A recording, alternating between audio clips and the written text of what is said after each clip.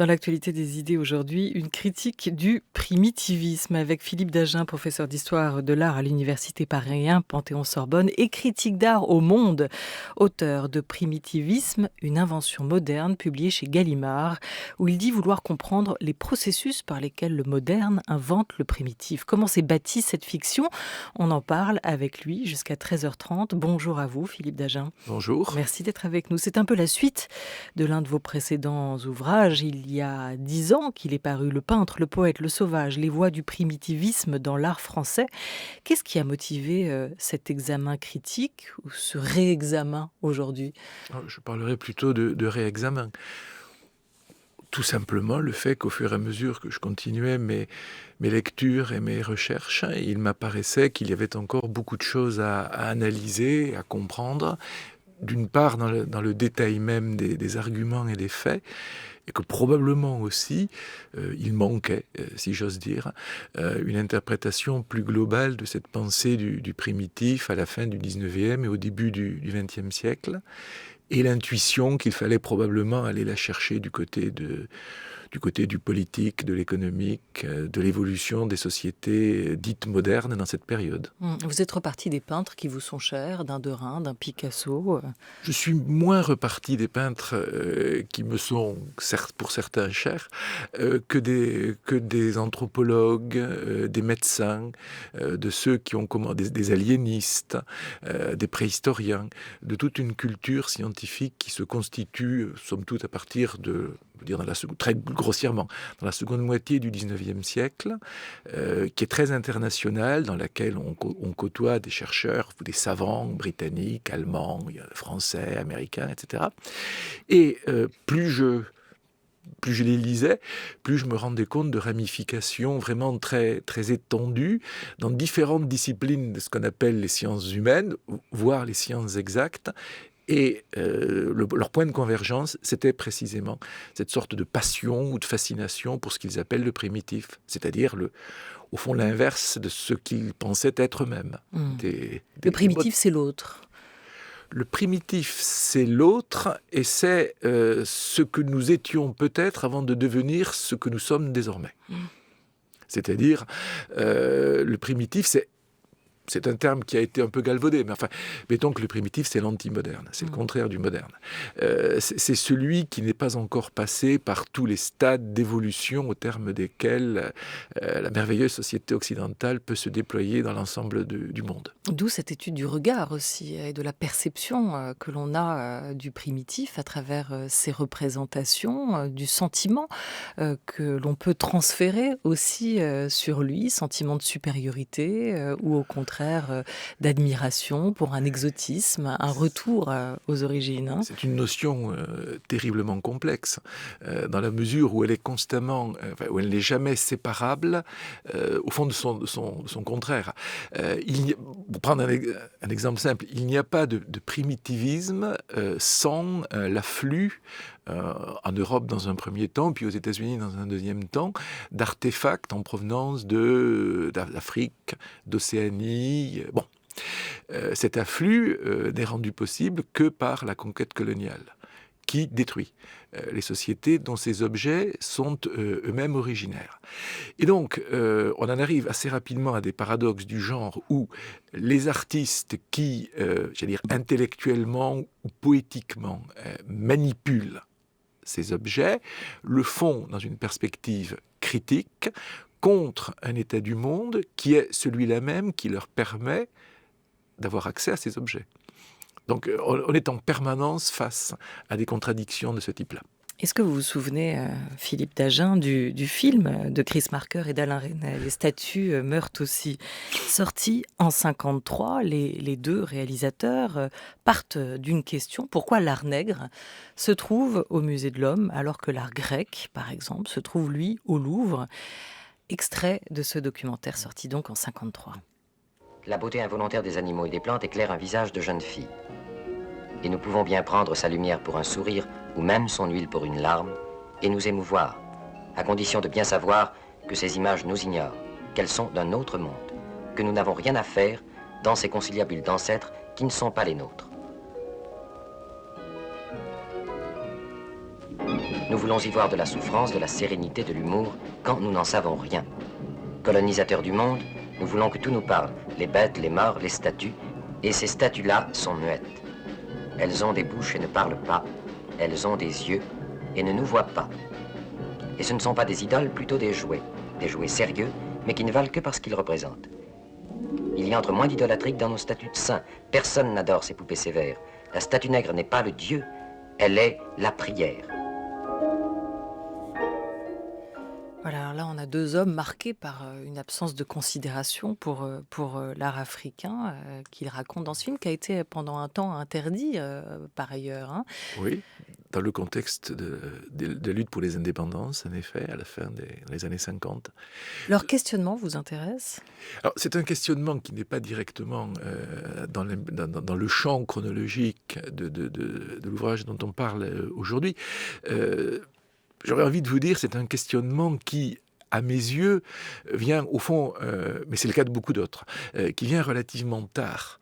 C'est-à-dire qu'en réalité, l'idée de l'incompréhension, l'idée de la non-communication, l'idée par ailleurs d'une acculturation systématique qui ne fait qu'aggraver l'incompréhension, ce sont des idées que l'on trouve chez certains, y compris paradoxalement peut-être, chez des auteurs qui sont impliqués dans le processus de colonisation auquel ils ne trouvent rien à redire, un demi-siècle avant les statues Meurthe-aussi. C'est-à-dire que l'idée que l'on se trouve face à des objets que l'on ne comprend pas, et sur lesquels on projette des interprétations ou des stéréotypes, souvent malheureusement des stéréotypes qui sont exclusivement le fait des Occidentaux, c'est une idée que vous trouvez exprimée chez Apollinaire, mais c'est même à certains égards en amont d'Apollinaire, chez certains anthropologues, l'idée que ces statues sont muettes.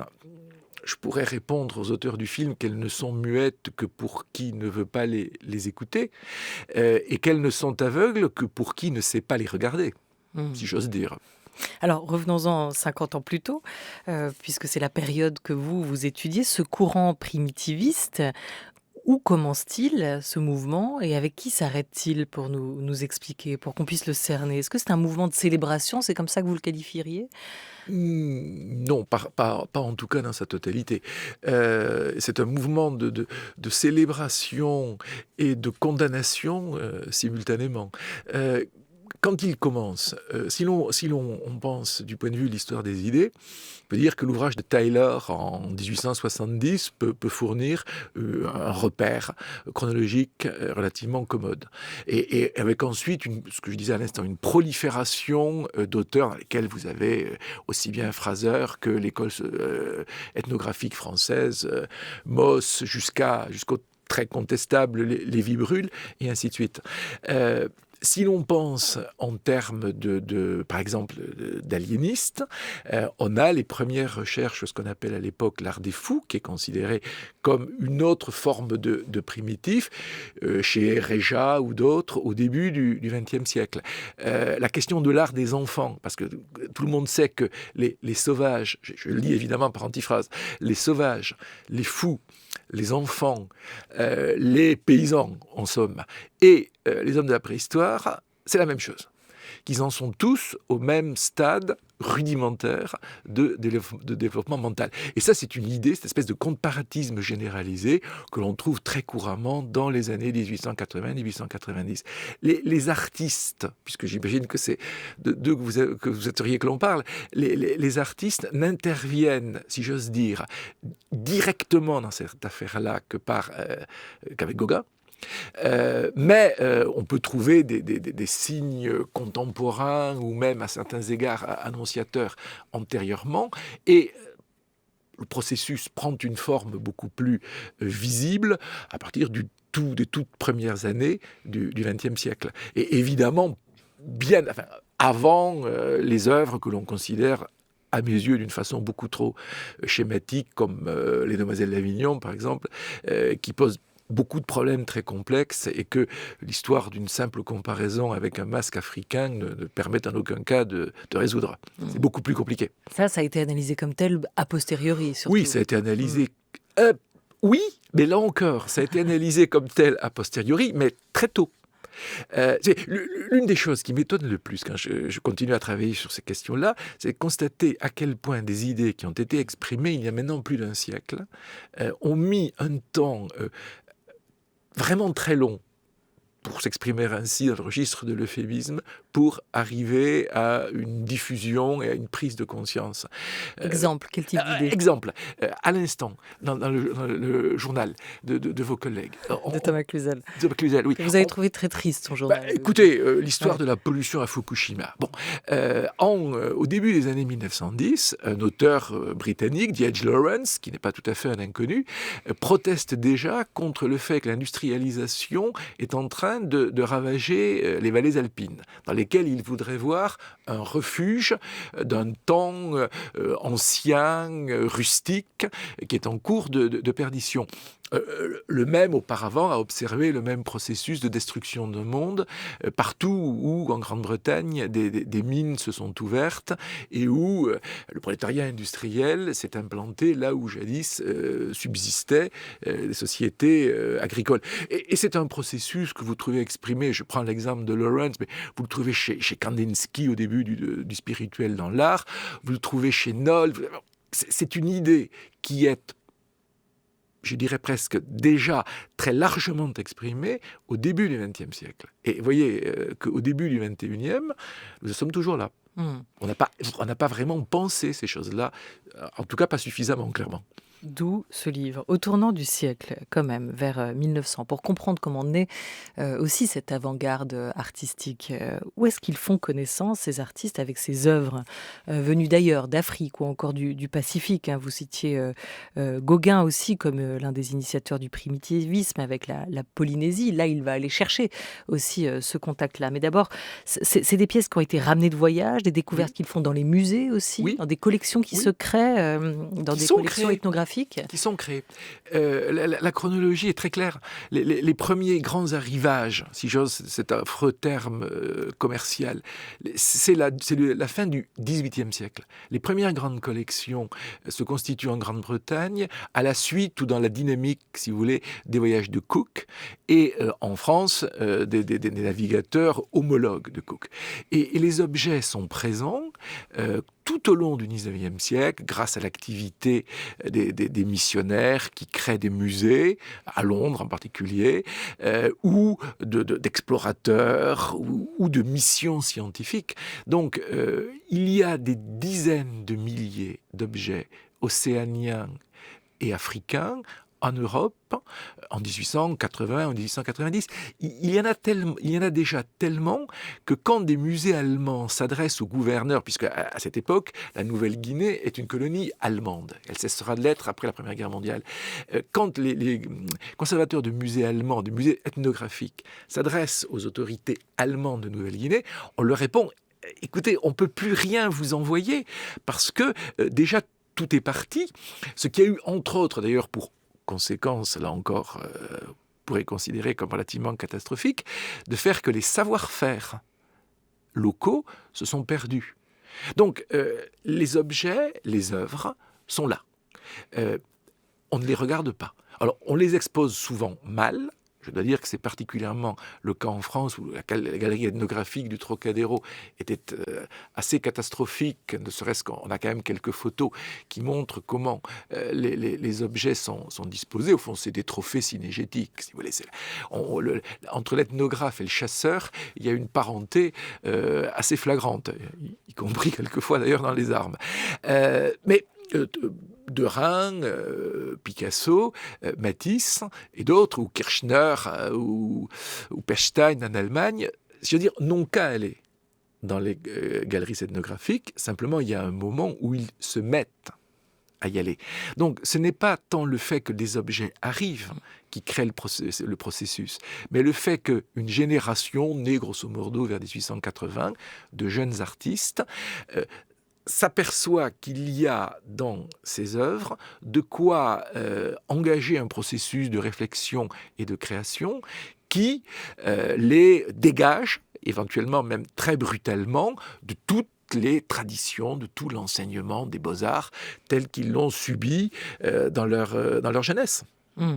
Donc il y a quand même dans cet, intérêt pour, par les artistes, pour les peuples et l'art dit primitif, peut-être la manifestation d'une critique, d'une insatisfaction aussi, face à nos sociétés, à la société, pré-industrielle, aux limites de notre civilisation aussi?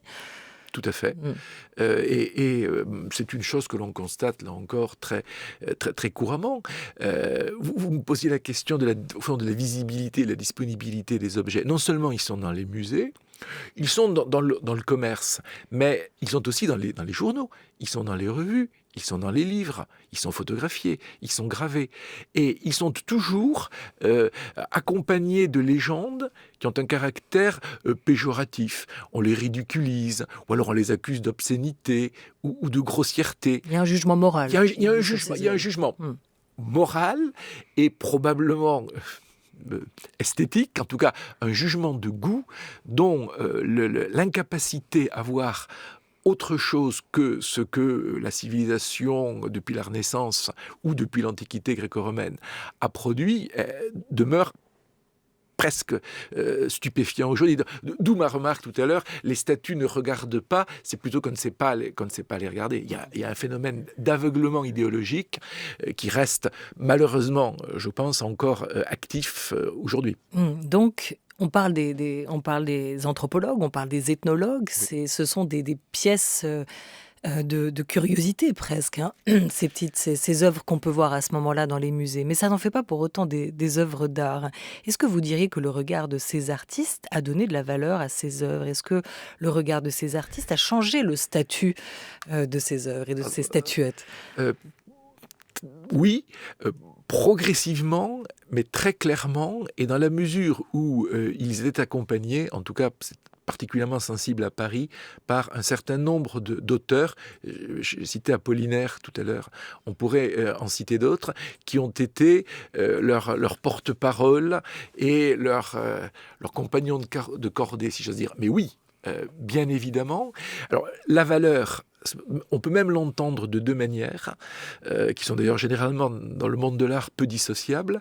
L'une est la valeur, on va dire, intellectuelle, artistique, où, en effet, on commence à regarder un peu moins mal certains de ces objets à partir du moment où l'on sait que des artistes que l'on ne peut pas quand même considérer comme totalement négligeables les regardent.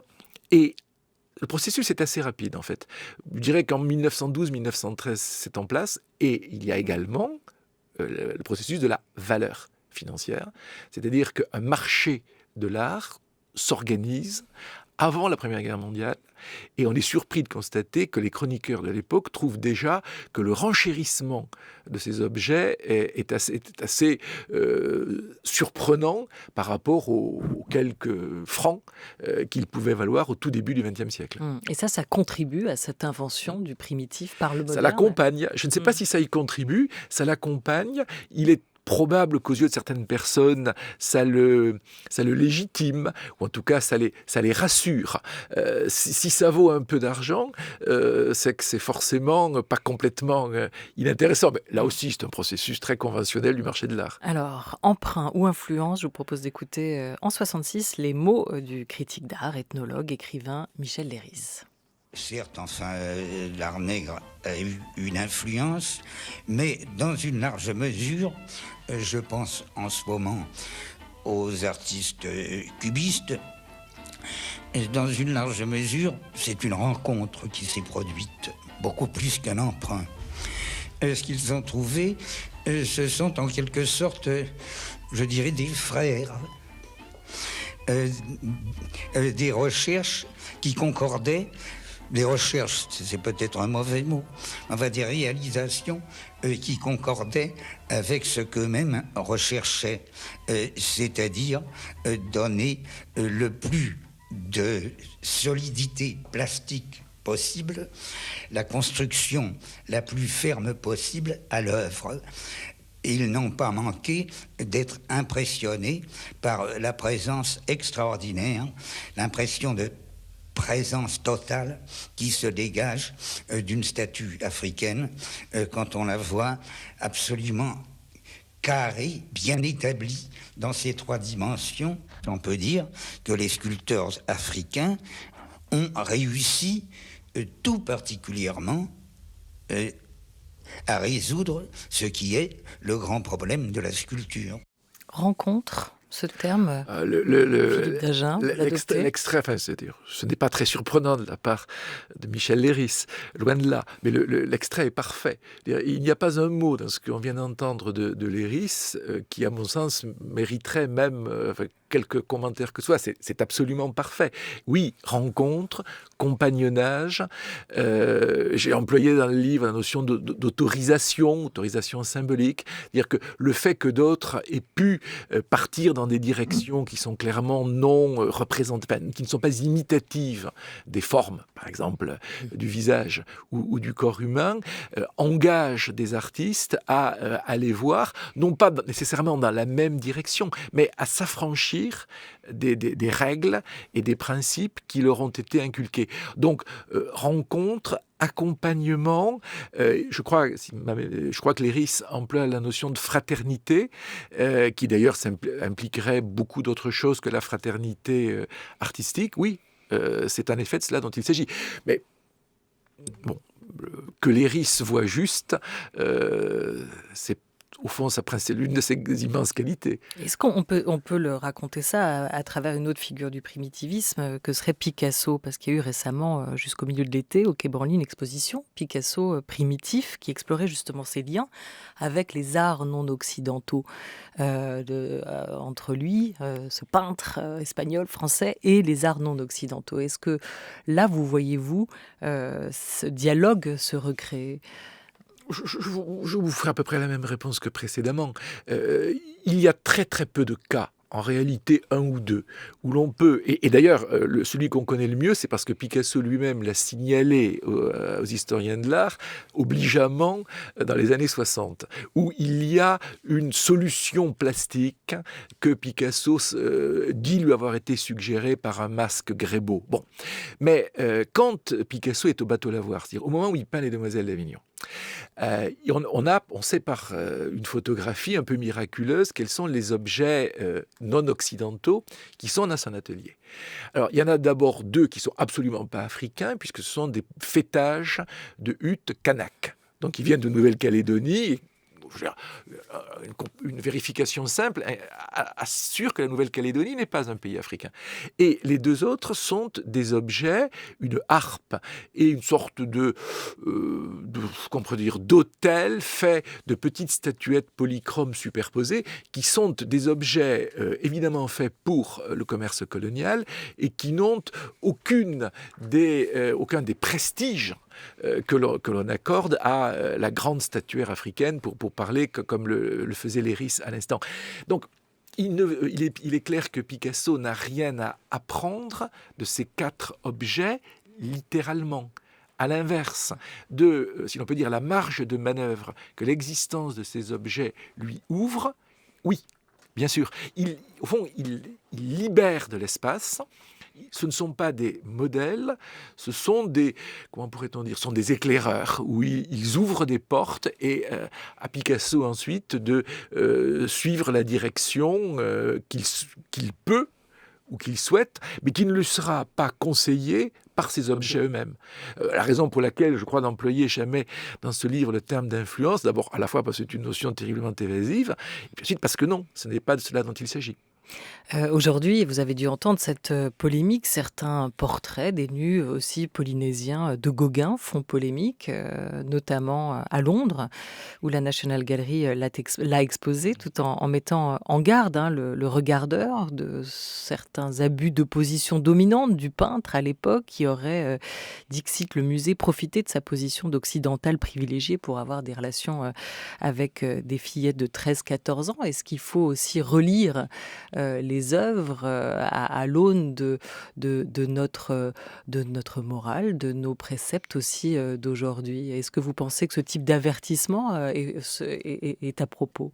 Je pense qu'on devrait surtout relire les œuvres au terme d'une connaissance historique. Et dans le cas de Gauguin, il y a un nombre considérable de facteurs.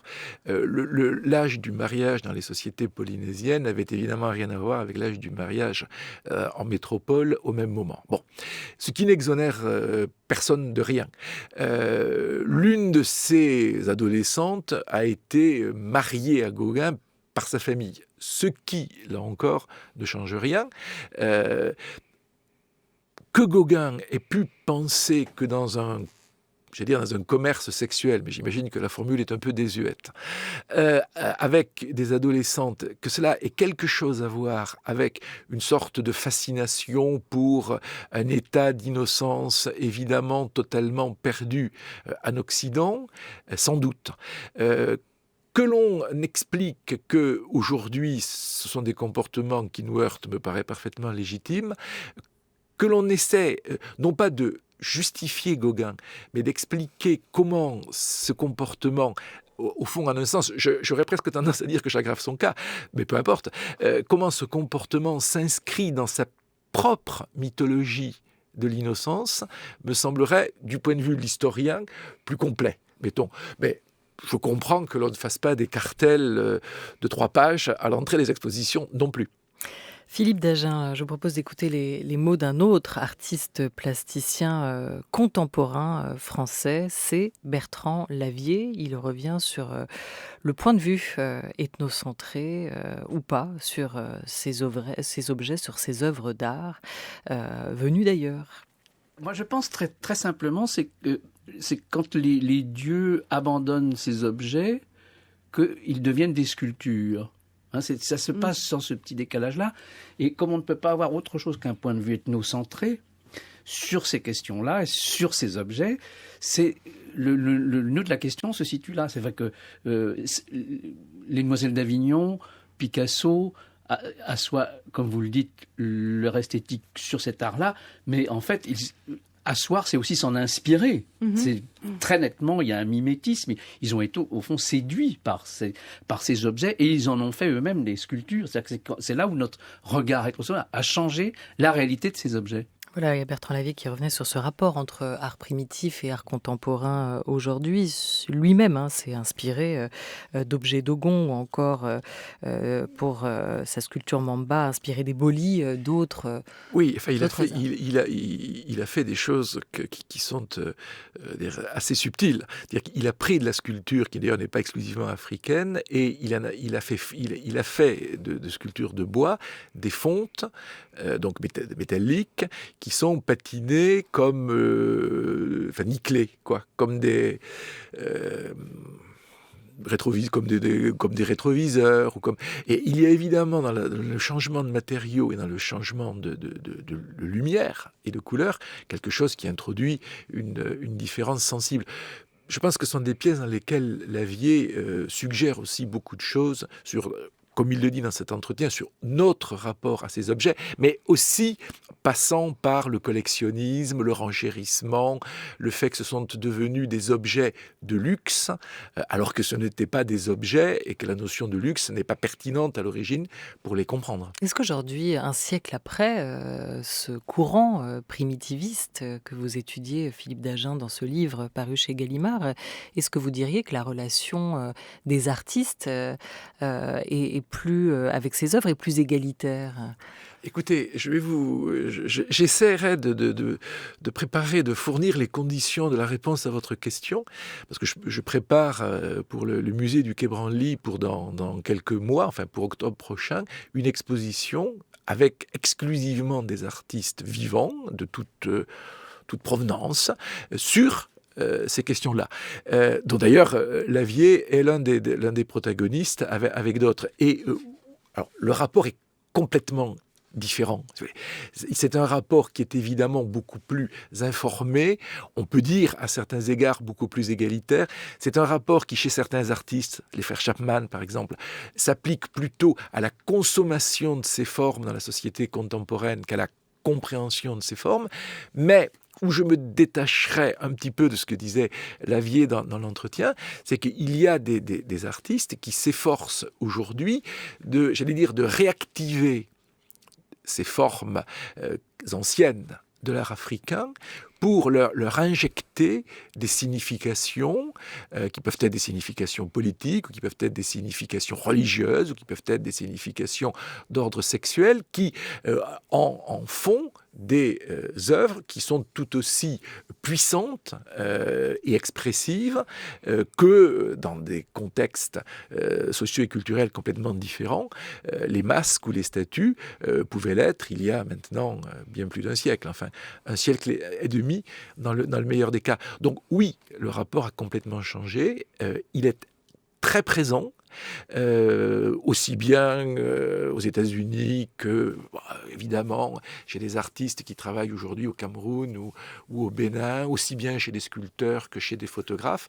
Et il n'a, je crois, plus beaucoup d'éléments de comparaison avec ce dont on parle dans ce livre. Et puisque vous nous parlez du Bénin, je vous emmène là-bas avec un dernier témoignage, celui de Marie-Cécile Zinzou, pour évoquer avec vous en conclusion la question de la restitution des œuvres qui fait débat depuis notamment aussi le rapport Felwine-Sarr-Bénédicte Savoy rendu récemment et qui préconise de restituer aux pays concernés leur patrimoine. Notre problème aujourd'hui, c'est de se dire, voilà, on a eu une toute petite période de colonisation finalement. C'est une 60aine d'années, c'est rien. Et pourtant, cette période-là a balayé notre histoire et a retiré notre fierté. Et donc, à un moment, il faut récupérer, il faut reconnecter avec notre histoire. On est au Bénin, on est les héritiers d'une tradition et de plusieurs traditions, parce que nous sommes héritiers de plusieurs royaumes, nous sommes héritiers de traditions extrêmement riches. On ne peut pas juste les réinventer comme ça. Il nous faut quelque chose de tangible auquel se raccrocher. Il faut qu'on puisse montrer aux enfants les traces de cette histoire et de cette fierté.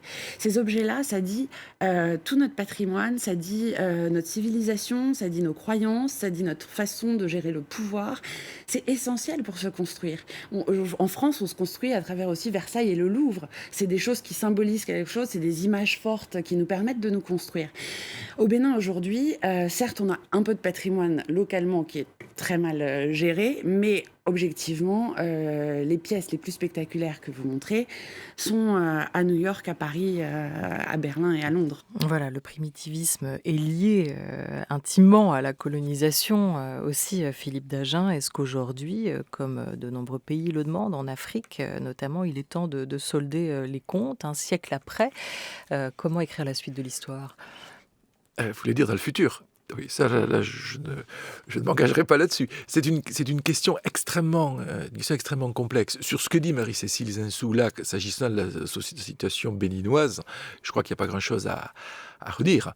Les régalias dont le Bénin demande la restitution ont été pillés au cours d'une expédition de conquête à Abomey. Bon, voilà, on est dans le cas de prises de guerre. Il y a même une législation internationale sur les prises de guerre qui d'ailleurs s'est appliquée après la Seconde Guerre mondiale. Donc je ne vois pas pourquoi on ne l'appliquerait pas dans le cas présent.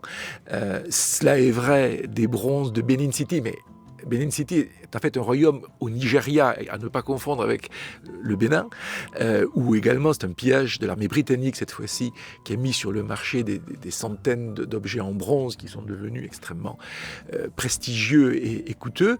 Donc que certains pays aient au fond la nécessité d'un rapport direct avec des objets qui très clairement appartiennent à leur histoire religieuse et à leur histoire politique, oui.